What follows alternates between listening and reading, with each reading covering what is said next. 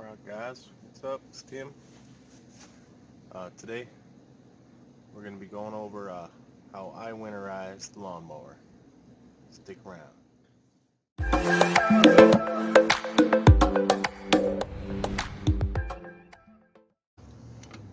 First thing you're going to want to do is fill up your tank. This particular lawnmower holds about 1.25 gallons.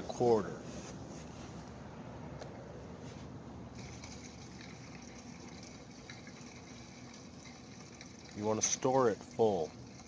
Well, at least to the fuel stabilizer's directions. We'll go over that in a second. Now, this is just what I have on hand, but this is Craftsman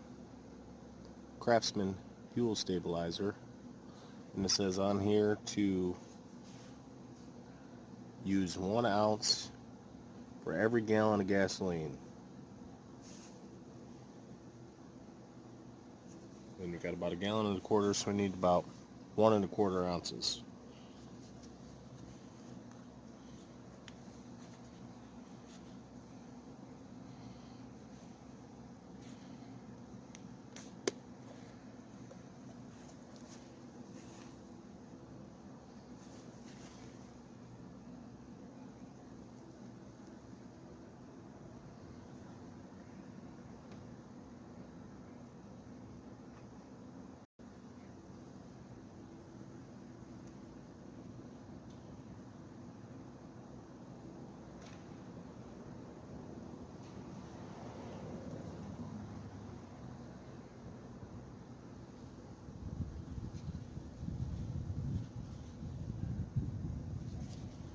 It's about 1.25 ounces.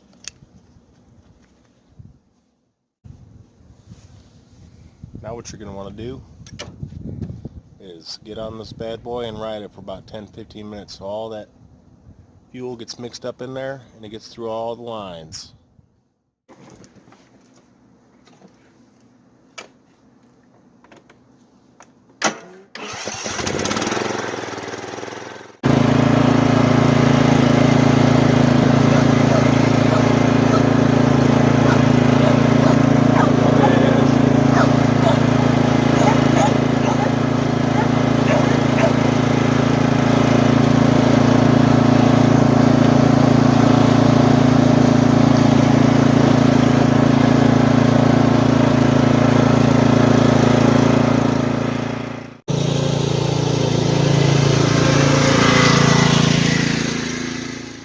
Alright, so the next thing you're going to want to do is disconnect your battery.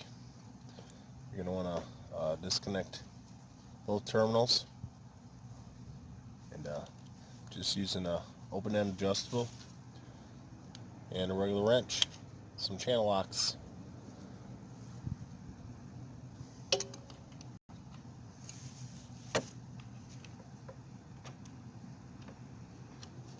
that one's already pretty loose.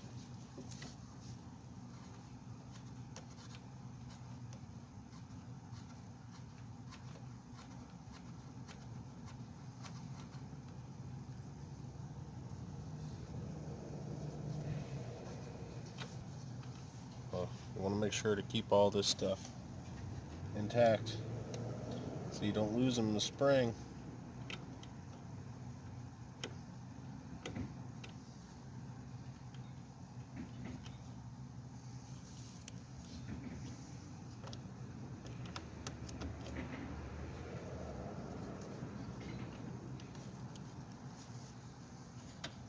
I guess should go get a socket. That might just make it a little bit easier.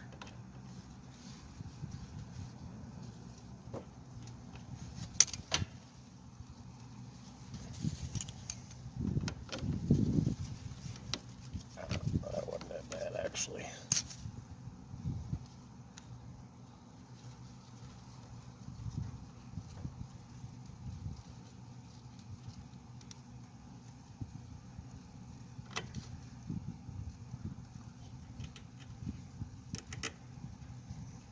Hook them back up together.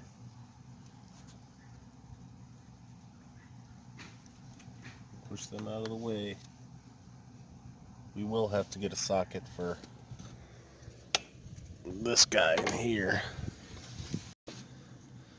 See, this one way back in here, that's the bracket that's holding the battery in. So we will get a socket, and I'll come back once we get that off. Alright, so it looks like that's going to be a 1/2 inch socket to get that guy off right there.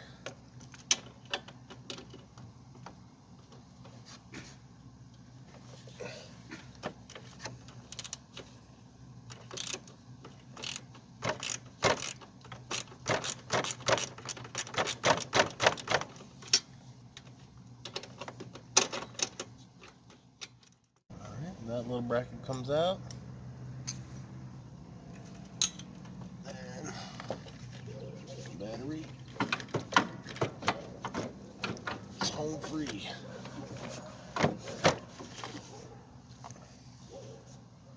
Alright, now you're just going to take your battery and put it in a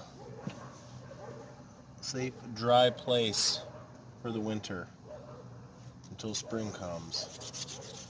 And then charge it up. Make sure it's good and charged before you start it up. You should be good to go. Alright, now a lot of people go through the trouble of flipping it over and taking the blade off and stuff for the winter, but I'm not going to do that because one of the last times I mowed this year, I just put on a new blade, so it's relatively clean under there. But that is one more step you can do.